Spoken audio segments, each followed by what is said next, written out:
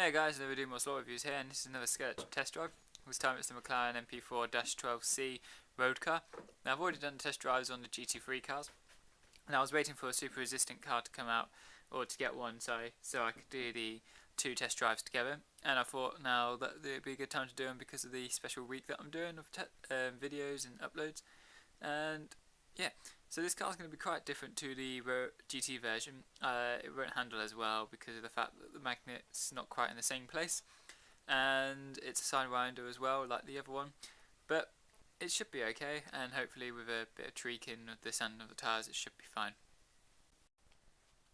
I thought the McLaren handled very well, and when it went through the radius 1 corners it was a bit sluggish to start with because it had been the first time I'd ever used it, but once it got going it was actually alright. But to start off with, it was actually quite a good thing. I thought that it was a bit sluggish because that meant you couldn't really thrash it about.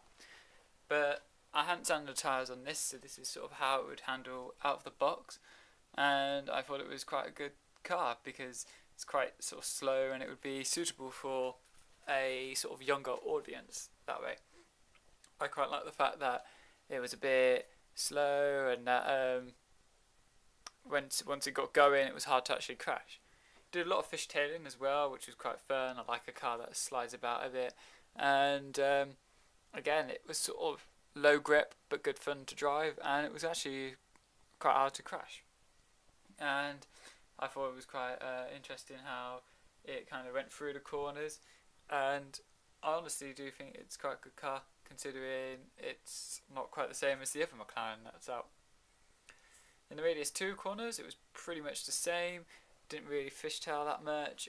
Didn't crash it, but I didn't crash it, I don't think, once, but it was quite a good little car and I enjoyed driving it. And it had a little bit of problem, I have to admit. I think it had a bit of a problem going through the radius 1 corners, but through the radius 2 it was fine, and it could go through the corners quite quickly and you could carry a lot of speed through, and it was quite smooth as well. You didn't really have to work the car very much.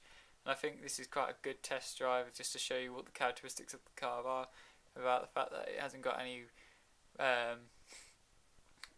sanded tyres or magnet.